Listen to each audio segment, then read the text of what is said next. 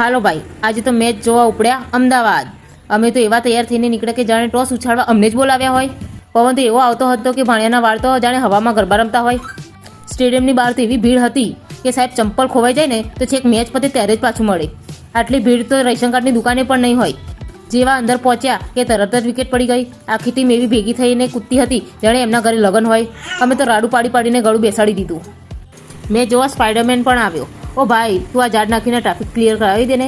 પણ ના, એને તો મેચ જોવામાં જ રસ હતો. આ કેમેરામેન તો જુઓ આખા ગામની કીડીઓ બતાવશે, પણ અમારો ચહેરો બતાવતા એને જોર આવે છે.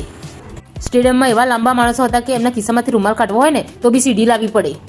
અમારો ભાણે તો અક્ષર પટેલનો પાક્કો ફેન નીકળ્યો. એવો કૂદકો માર્યો કે અક્ષરભાઈ પોતે પૂછશે કે ભાઈ તું મારી જગ્યાએ બોલ પકડીશ. મેચ પતી એટલે નીકળ્યા ઘરે. પગ તો એવા થઈ ગયા હતા કે જાણે કોઈ ટાયર પંચર કરી નાખ્યા હોય. રિક્ષામાં બેસીને ઘેર આવતા હતા ત્યારે ભાણાની સ્માઇલ તો જોજો. એને તો જાણે અત્યારથી જ વર્લ્ડ કપ મળી ગયો હોય. પણ પૈસા વસૂલ હો ભાઈ. કેમેરામેને ભલે એમને ટીવીમાં ના બતાવ્યા હોય, પણ અમે અમારો વિડીયો જાતે જ વાયરલ કરી નાખીશું. તો મળીએ કાલે.